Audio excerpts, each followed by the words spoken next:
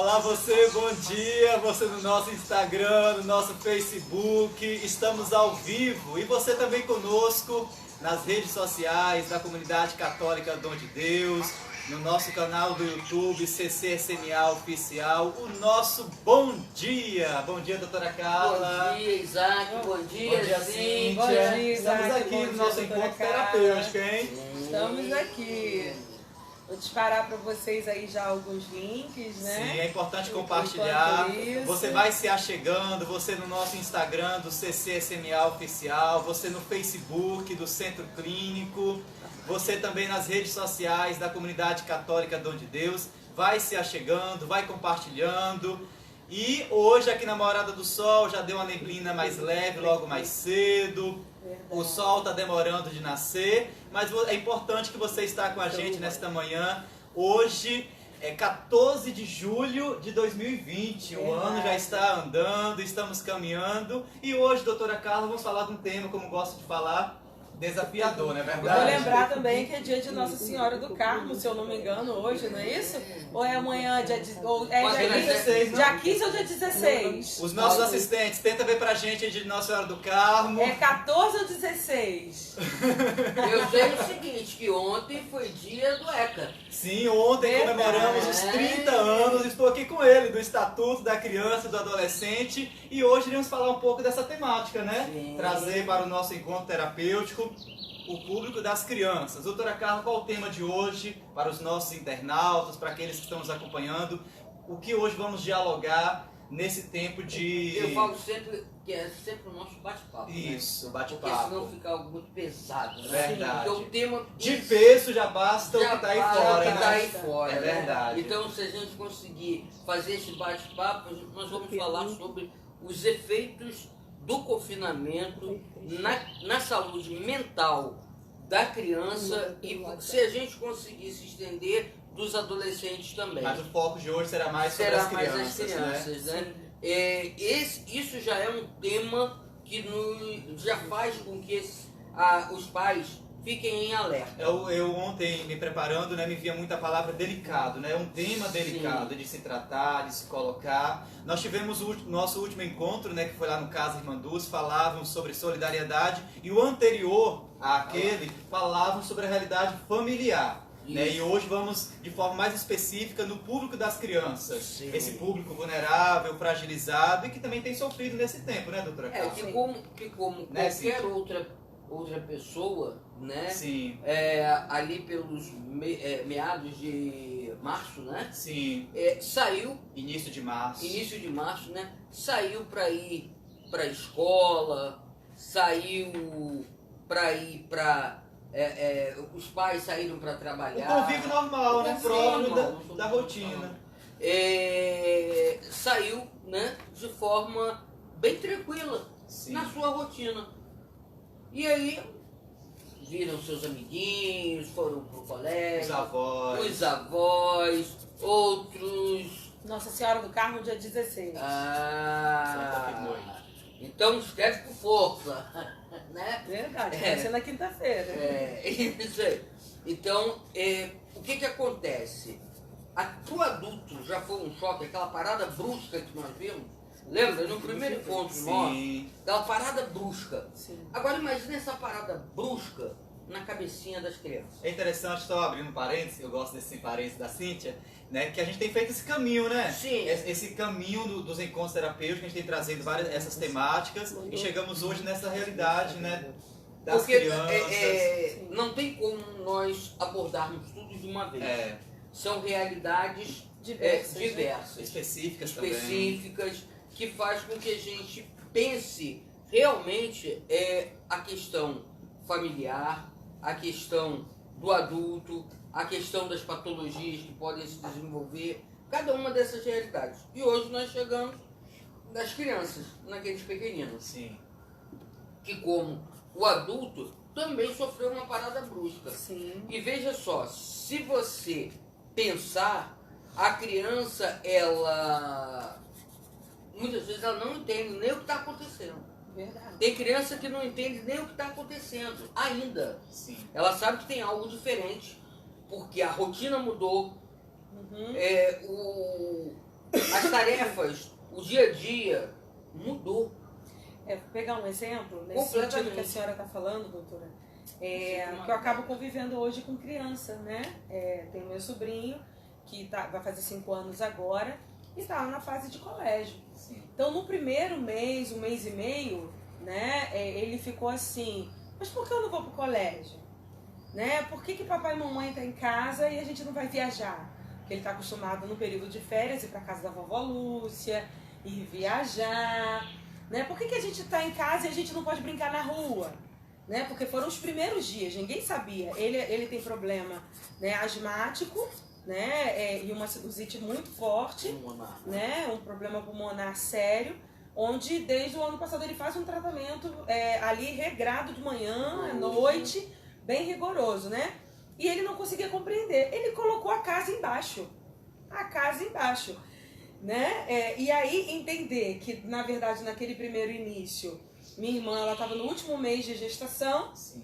Né? Então ele queria Ainda ficar tinha pulando, tinha mais um fator, fator, o nascimento de uma criança, então o apartamento Outro iria começar a ser pintado. Eu estava na casa da vovó. Na casa da vovó, eu botava a casa abaixo, eu podia fazer o que eu queria na casa da vovó. Sim. Mas quando eu voltei para minha casa, existiam as regrinhas da minha casa. E agora papai e mamãe estavam em casa e não era a vovó que estava ali comigo o tempo todo, era papai e mamãe que estavam observando algumas coisas do meu comportamento e que começou a dar aquelas podas, começou a colocar, olha, aqui você pode ver, aqui você não pode ver, aqui você pode colocar esse programa, não pode, o castigo começou a funcionar, né? Então, a cabeça da criança ficou como? Peraí, mas existia uma realidade escolar regrada todos os dias. Depois nós passamos 15 dias na casa da vovó para ficarmos todos próximos, né? E dar tempo de pintar o apartamento, né? E voltei para minha casa, meu irmão tá para nascer,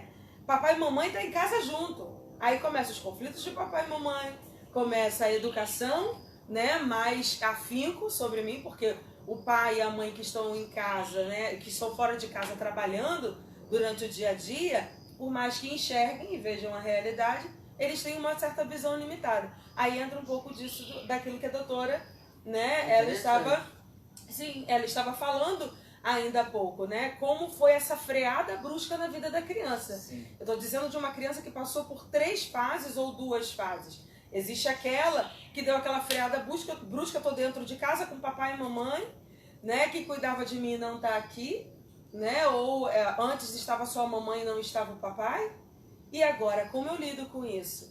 Né? E essa freada brusca na cabeça da criança gera muita coisa. Ela fica irritada, ela fica revoltada. Existem várias fases, né, que a criança vai passando. E de fato, gente, isso é real.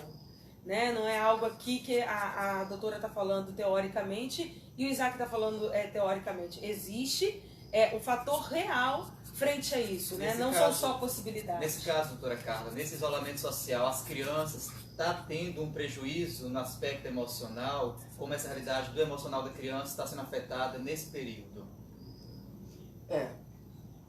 Os efeitos acontecem, né? Como a Cíntia estava falando aí, ela citou vários dos exemplos. Sim. Né? O sobrinho que de repente estava acostumado com a avó, agora passou a ter as regras dos pais. Existe a questão, né, desse efeito de um excessivo dos pais também, que aí depois, a dependência excessiva dos depois pais, né? isso daí vai gerar uma problemática. Sim. Né? Não, excessivo sim, né? Porque passa a ter mais contato com o pai e a mãe que não tinha. Então passa a ter mais contato. Verdade. Então isso daí essa dependência excessiva dos pais vai criar um vínculo com os pais. Vai. Seja no limite ou seja na carência depois, Sim. vai. Ele já disse assim, ele já disse assim, olha, agora, eu não quero mais voltar pro colégio. A criança, Ele já falou. Muitas coisas nas brincadeiras, você vai observar o tanto que a criança está sofrendo. A criança chora mais, a criança, nas suas brincadeiras, nos desenhos, ela fica mais agressiva, ela fica mais irritada, isso aí ela fica mais sem limite. E aí você veja, se entra novamente a figura dos pais, isso aí já começa um embate até com os avós. Verdade. Os avós Entendeu? sofrem com a criança. Sim. Agora, aquela criança que saía para ir para o parque, saía para ir para a praia, Pro shopping, passeava, tinha o colégio, a igreja, tinha as atividades sociais com os amiguinhos, porque de repente podia ir Sim. no parquinho ou podia ir no aniversário, né? Tudo isso daí acabou. De uma hora para outra é confinamento. E o que é confinamento?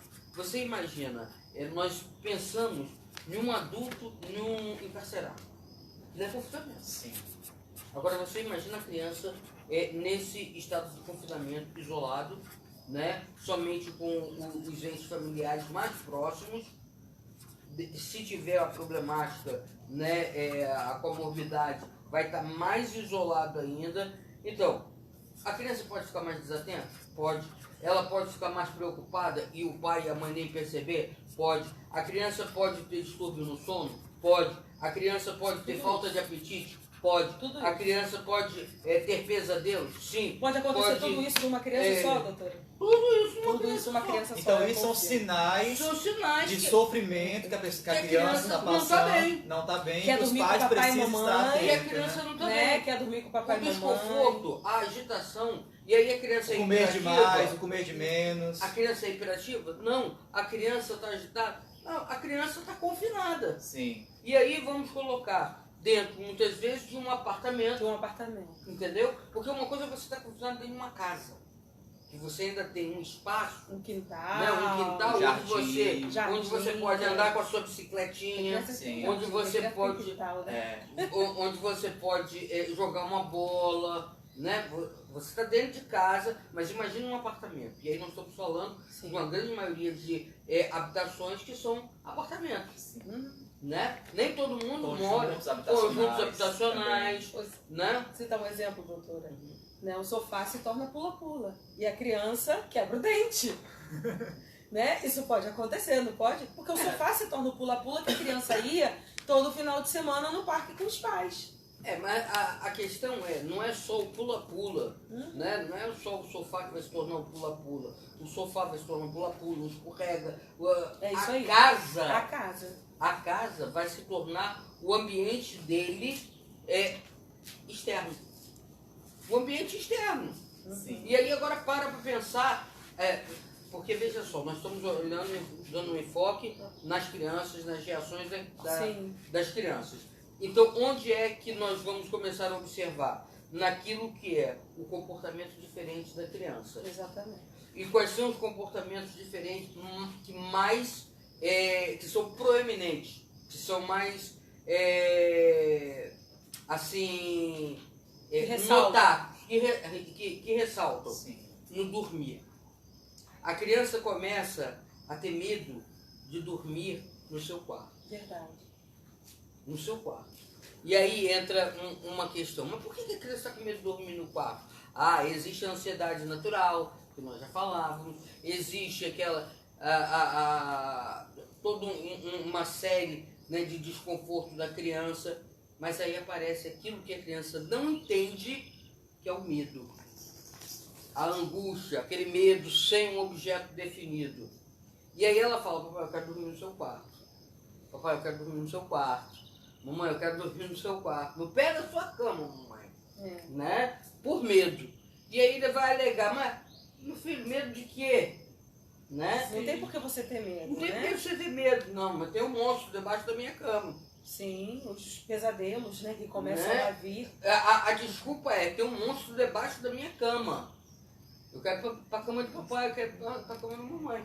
Na realidade, é a linguagem da criança que termina sendo essa. Isso é um comportamento diferenciado.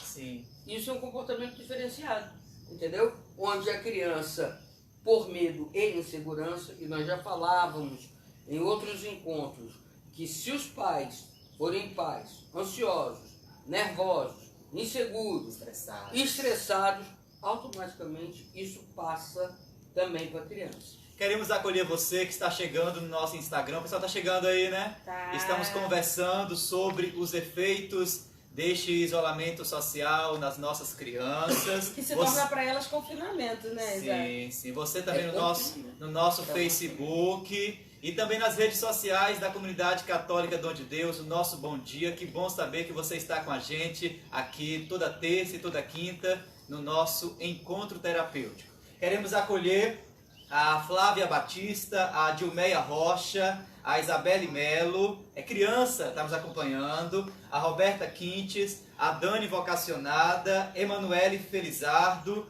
A Dani diz, doutora Carla, que sua filha não quer voltar para a escola e nem sair de casa. Ela tem 6 anos. Vamos chegar Isso aí. Né? Esse desafio dos pais de enfrentar essa realidade das crianças que tá com esse medo. Sabemos muito bem que as escolas estão nessa discussão de voltar pouco a pouco os ensinos e esse desafio dos pais nesse momento também. Aí nós vamos ainda colocar algumas coisinhas.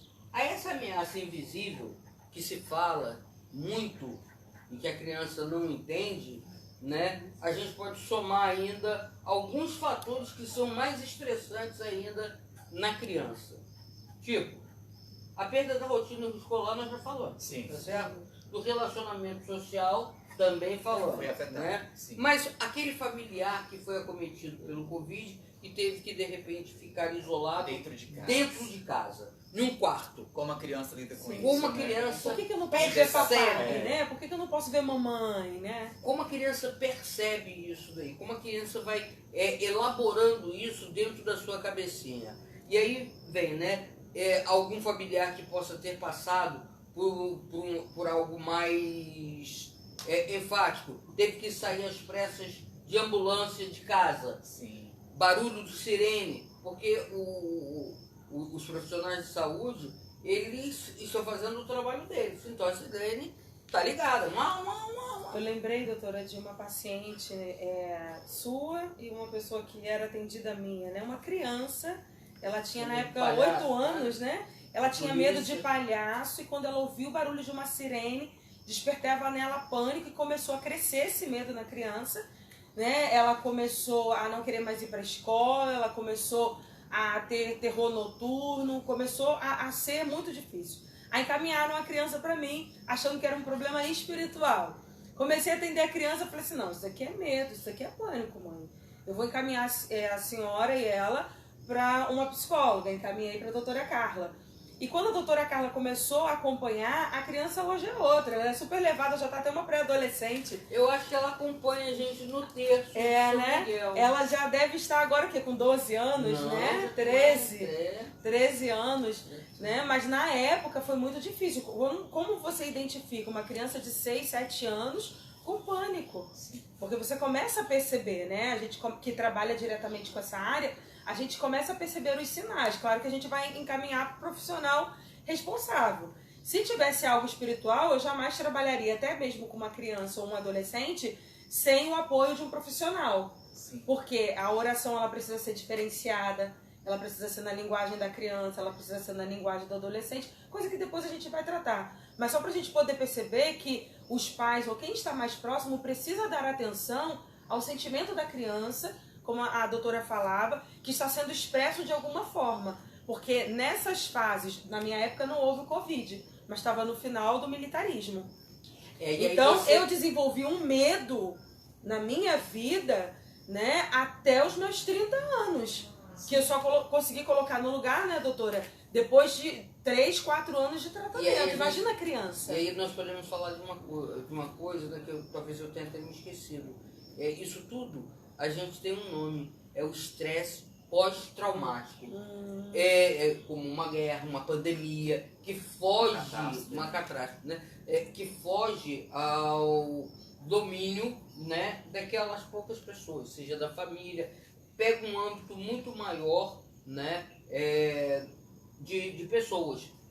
Esse estresse pós-traumático, ele pode vir a se desenvolver, as sequelas dele, não agora, vocês não vão ver isso agora, mas lá na frente, aí pode aparecer os sintomas. Seria uma quarta onda?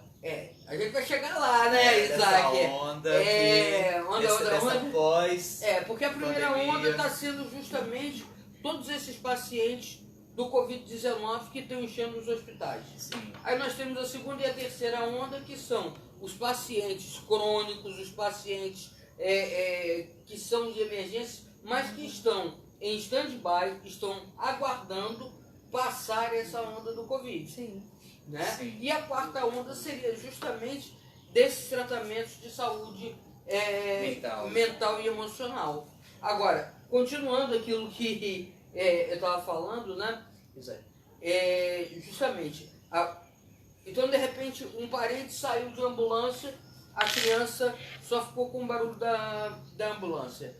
E aqueles que de repente possam ter sofrido uma perda e não ter tido tempo de elaborar o luto, isso é, se despedir de um parente. E aí nós estamos falando até mesmo pai, mãe, avó, avô, né, um tio, um irmão, né, pessoas bem mais próximas. Como lidar com isso? Cadê papai? Cadê mamãe? Cadê fulaninho? Cadê? Para onde foi? Como lidar com a morte, né? E explicar isso a uma criança. Porque veja só, ela vai ficar feliz, satisfeita com alguma coisa que você tenha falado naquele momento. Mas depois ela vai voltar. Mas a angústia fica, tá? A angústia fica, o E medo num outro fica, momento o ela vai coração. perguntar de novo. E aí aquela resposta já não vai ser tão satisfatória como foi da primeira vez. Num terceiro momento, ela pode perguntar de novo, porque a criança ela vai começando a ter o processo, né, cognitivo, elaborativo dela aumentado. Sim. Então, ela vai ficando insatisfeita com aquela sua resposta. Sim. Vou pegar um exemplo, doutora. Como eu falava, da convivência com a criança, né? Minha irmã, nesse período de pandemia, ela foi, né? Acabou que o bebê dela nasceu com 36 semanas exatas, fez 36 semanas, no dia seguinte, ele já deu os sinais e ela teve. E aqui a gente dá um beijo pro Gabriel, né? Teve lá o Mas você Gabriel. esqueceu o beijo pro Luquinha. Mas, né, existia ali o Lucas, que semanas antes tinha tido um sonho e falou com a vovó, né, do sonho que ela teve de que mamãe Gabriel morresse e que ele estava com medo. O que ele não estava ouvindo do vírus que estava matando muita gente? Aquilo dali pode ter levado aquela criança ao medo, porque o Lucas com 4 anos não tem noção do que é a morte. Não tem noção. Mas de tanto se falar e de tanto se explicar, eu estou pegando o exemplo daquilo que a senhora falava, né? E logo depois, mamãe precisou ir para o hospital, por mais que tenha explicado, quando minha irmã começou a sentir as contrações, ele percebeu, o que foi, mamãe? Né? Você não tá bem, né? Começou a perceber que minha irmã estava inquieta. Ele começou a perceber os sinais da mãe, porque ele é uma criança muito esperta. Sim. Depois, por mais que tenha se explicado, olha, mamãe vai para o hospital para trazer o Biel, ele ficou numa apreensão, né? Aí foi onde entrou, né, o papel da avó, o papel da tia, o papel do pai. Na primeira noite ele quis dormir agarrado com o pai na cama, né, ali onde a mamãe dormia. Depois ele quis, ele teve várias fases, né? Ele quis dormir com a titia, né, no quarto, queria ficar assim, deitadinho com a titia, igual ele fazia com a mamãe, né? Bota a mão no peito, faz não sei o quê, todo aquele contato inicial com a mãe. Mas ele ficou 2 noites sem a mãe dele, né? E esperando a expectativa da chegada de um irmão, que era um ser diferente ali para ele. Naquele momento ali, muitas coisas se passavam dentro do coração dele. Claro que ele tinha tios, né, que tentavam trabalhar a cabeça dele do medo. Então vamos desenhar, né? Vamos fazer uma live, que ele gosta muito de fazer live, porque ele vê os pais vendo lives e tudo mais. E em tudo ele expressava o medo dele. Em tudo ele expressava o medo dele, apesar de ficar super, assim, extravasando. Gritava, pulava e ficava numa agressividade total. Quando a mãe chegou com a criança e o pai chegou, ele falou assim, mamãe chegou, mas ele paralisou. Quer dizer, pode ser uma das reações, paralisou no primeiro momento, né? Depois ele ficou hiperagressivo. Mas existiu um primeiro momento que todo mundo reparou. Tem aquele vídeo. Ele paralisou, o mundo dele parou. Porque mamãe, até então, graças a Deus, voltou do hospital, que era um dos medos dele, que ele já tinha expressado antes. E se mamãe e papai, pegando uma outra criança, não voltam? Como lidar? né? Se você tem, ao mesmo tempo, a chegada de um irmão, né? Naquele momento é um outro ser que chega na minha casa. Aí começaram a vir as informações para a criança. Se você sabe que a criança tem de 3, 4 anos, por que um tratamento começa com uma criança a partir dessa idade, doutora? Porque a criança já começa a ter um certo entendimento de algumas coisas. E você precisa começar a falar na linguagem da criança. Não é só falar o coronavírus, porque tá todo mundo andando de máscara.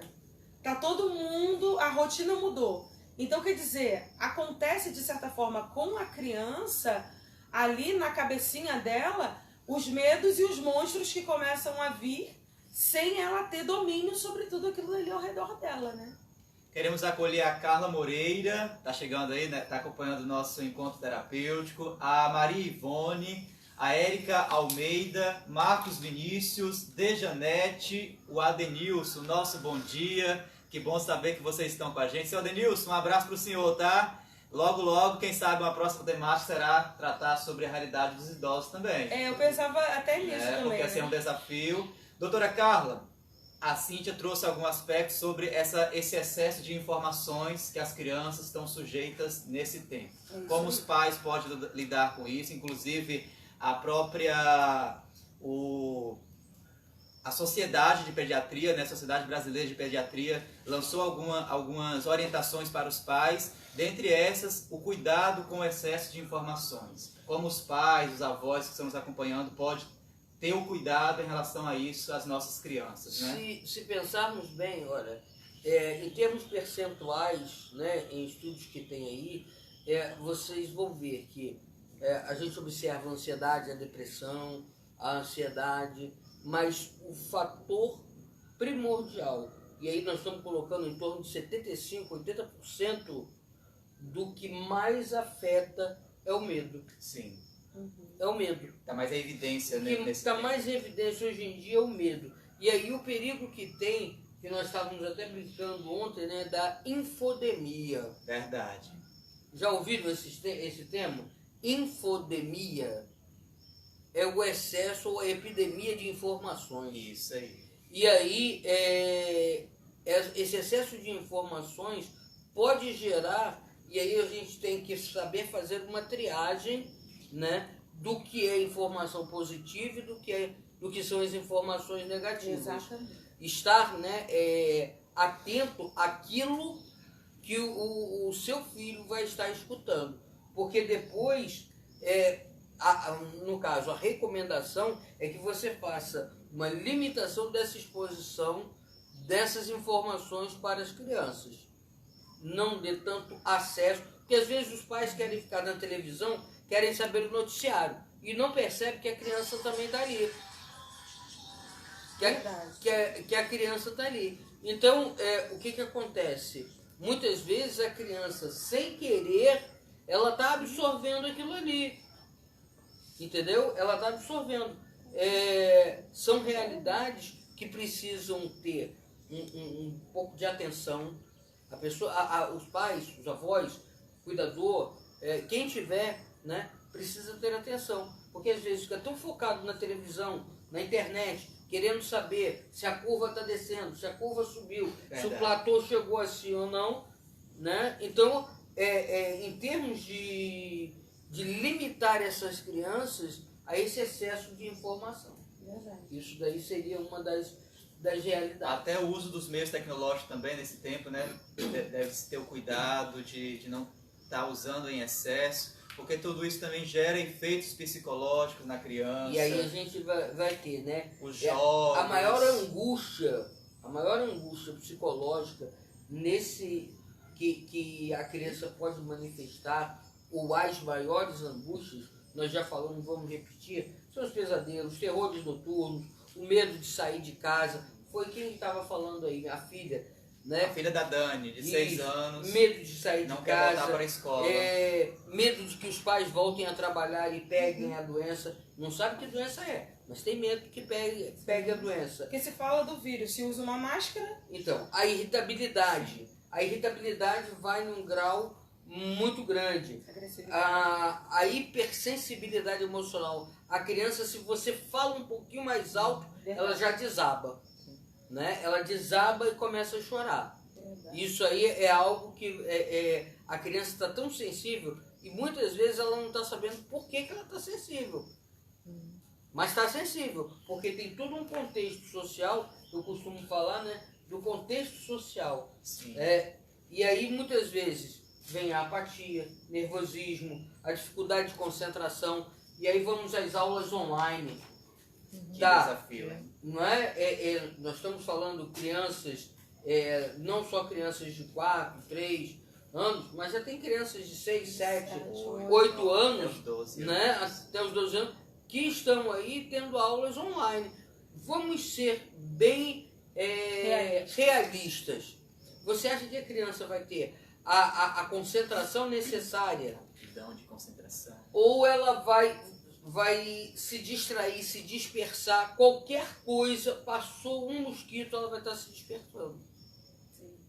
E aí é hora de papai e mamãe, né, estar junto com ela, fazendo as atividades de casa, separar de repente aquele momento, aquele horário para o estudo, o horário para a brincadeira. E aí eu cito também, né, dou alguns exemplos. É bom os pais, de repente a gente para poder falar hoje em dia, né? Mas na minha época tinha brincadeira de roda, na minha época tinha brincadeira de elástico, tinha brincadeira de queimado, tinha brincadeira de corda. Começa a fazer isso com o seu filho, com a sua filha, né? Porque chega uma hora que a televisão não preenche, chega uma hora que o joguinho do computador não preenche, chega uma hora que a criança quer colocar realmente a casa abaixo. Não só não preenche, como o excesso desses joguinhos virtuais, Sim. o excesso da virtualidade, nós já falávamos aí, vai atrapalhar. Exatamente, né? aí precisa se criar meios. E existe uma coisa, né? Vai atrapalhar não só no desenvolvimento, mas na própria saúde da criança. Os olhos podem desenvolver problema ocular, né? A luminosidade, né, da tela do celular, do computador, tablet, da própria televisão. Auditivo, porque às vezes os pais não querem colocar, né, ou não permitem que a criança coloque ali a música no volume ou o desenho no volume que ela quer. O que faz? Toma um fonezinho, meu filhinho, minha filhinha, ali tá com som exacerbado. Né? Muitas vezes isso pode acontecer, né? Então vamos ficar cada um no seu silêncio, mas com som lá em cima. Vai ter perda auditiva, né? A criança vai ter perda auditiva, né? E aí é uma perda também amanhã ou depois, que pode ser irreversível, e aí vai ter seus prejuízos, né? Doutora Carla, Cíntia, diante desse contexto que a gente tem refletido, né, durante todo o encontro terapêutico, a escuta é fundamental, não? Sim. Os pais, escutar os filhos, saber o equilíbrio. Fala um pouco para a gente dessa importância dos pais parar para escutar, não só a escuta do ouvir, mas escutar os gestos, escutar a manifestação daquilo que a criança está expressando no dia a dia. A gente precisa pensar antes disso daí, né, Isaac, é que a criança ela tem uma facilidade adaptativa muito grande. Sim. Certo? Mas já está comprovado aí pelos estudos que a habilidade para se enfrentar o confinamento, a criança não desenvolveu. Não tem essa capacidade. Ela não tem essa habilidade. Né? Talvez porque nunca tenha passado. Sim. Né? Nós estamos sofrendo, nós estamos tendo que nos adequar a esse tipo de confinamento, porque aí vale a fazermos a distinção do confinamento e do isolamento social. O confinamento é quando você está em casa, você está parado, né, dentro da sua casa. O isolamento social é quando você está privado do contato com o outro. Sim. Certo? Então você está confinado dentro de casa, certo? Estamos lá com papai, mamãe, seu filhinho, sua filhinha, seu irmãozinho, eles estão confinados dentro de casa. O isolamento social é que eles estão privados de se relacionarem com outras amigos, pessoas, familiares, certo? Né, avós. Então, quando a gente fala do efeito do confinamento, a gente inclui, né, justamente essa privação do contato social, desse isolamento, né? Que gera na criança e no adulto efeitos, sequelas que a gente mais tarde vai estar vendo aí a situação. Uma coisa que é importante a gente deixar claro, não negligenciar a ansiedade, né? A depressão, o pânico que a criança pode estar desenvolvendo. Não negligencie, não ache que isso é brincadeira, não ache que isso daí, entre aspas, é frescura da criança. Não entenda como, eu vou estar fazendo as vontades dos meus filhos. Até porque estamos né? num tempo diferente, né? Não, sim. O que antes eles podiam fazer sair, se distrair, e aí vamos colocar todos aqueles pensamentos negativos que um adolescente tem, de 10, 12 anos, ele se distraía com um grupinho que estava tocando violão, né? Lá cantando, dançando, fazendo as suas atividades, jogando, praticando esportes, né? Dentre tantas outras realidades. Hoje, ele não pode fazer nada disso. Hoje ele está nesse confinamento e aí a gente vê um aumento de tentativa de suicídio.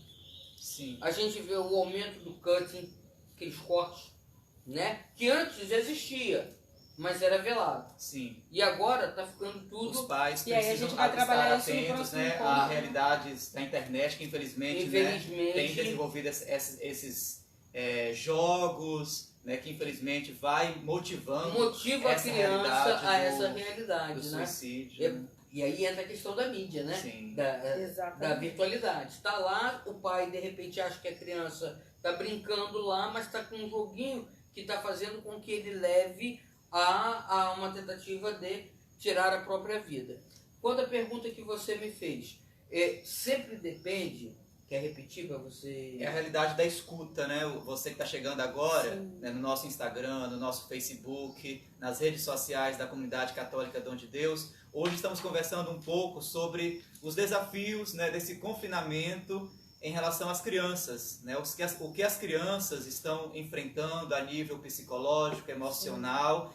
E eu falava com a doutora Carla, né, fazia ela uma pergunta sobre a realidade da escuta, que é importante. Não só o parar para escutar, mas o analisar também os comportamentos, as atitudes da criança, as reações emocionais. É importante essa parada, essa escuta, o diálogo, né? E eu queria que a senhora falasse um pouco para a gente nessa perspectiva, né? Do diálogo, da escuta, Pensar o seguinte, proporcionar esse ambiente saudável também, que é um desafio, né? estamos num momento onde pais precisam ter cautela.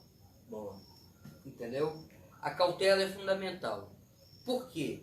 Porque a gente vai olhar os dois aspectos. O aspecto da criança e o aspecto dos pais.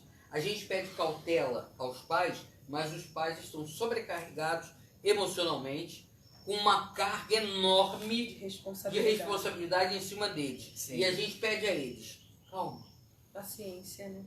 paciência, tem um pouquinho, né, de jogo de cintura com os seus filhos. Mas como se de repente eu estou tendo que me ver com contas atrasadas, Virar em com 10, né? com a Pra perda do resolver emprego, a as iminência realidades. da perda do emprego, Sim. com a possibilidade de contrair a própria doença, isso tudo também está na cabeça A dos pais. manutenção da casa. Então, quando você fala do equilíbrio, buscar esse equilíbrio, Um ambiente saudável.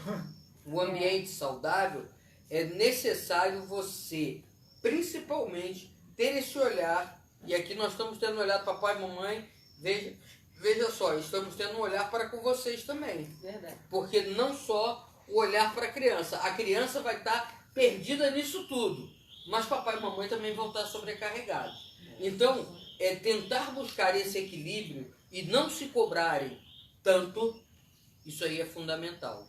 Para que os pais possam ter essa acessibilidade no brincar com seus filhos, ter um momento onde esqueça um pouquinho as contas, esqueça um pouquinho a problemática social que está tendo e dedica aquele tempo a seu filho. E aí entra, né, a questão, ninguém sabe o dia de amanhã, ninguém sabe o que pode nos acontecer. Então, para também um pouquinho de ficar só na preocupação, né, e busca um equilíbrio, uma harmonia saudável com os seus filhos. Nesse contexto também, Cíntia, doutora Carla, é importante também o ócio criativo, que é ter a criança ter o seu tempo dela mesmo criar o seu ambiente de brincadeiras, criar, né, de forma lúdica ela mesma ali os seus brinquedos, né? Nós já estamos chegando nos nossos encaminhamentos. E aí eu só vou acrescentar mais uma coisinha, Sim. que é uma outra dificuldade. Nesse tempo nós vimos a questão do espaço.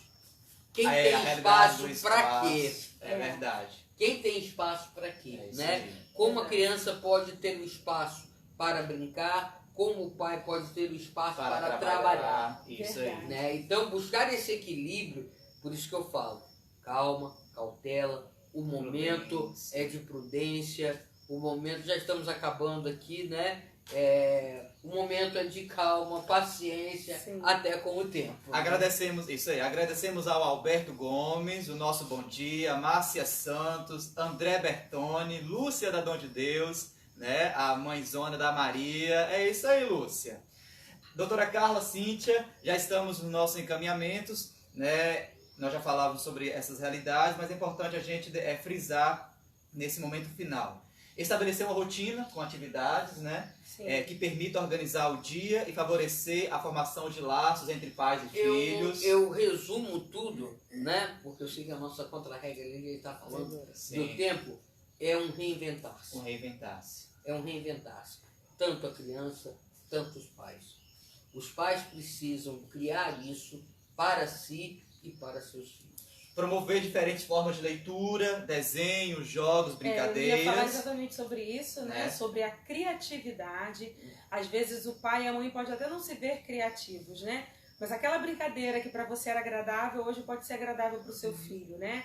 Observar o que eles estão vendo, o que eles estão ouvindo, para poder entender o que eles estão sentindo. Mas eu posso fazer uma colocação? Sim, claro. Tem pai que não sabe ser criança e não sabe brincar. Eu deixo isso aí pro próximo. Vai ter que aprender com seu filho eu a brincar. Eu deixo aí, porque existe. Né? É verdade. Então, ser criativo, criar atividades, né? O diálogo, a harmonia. E também tira aqueles momentos especiais para falar, agora é o momento de rezar.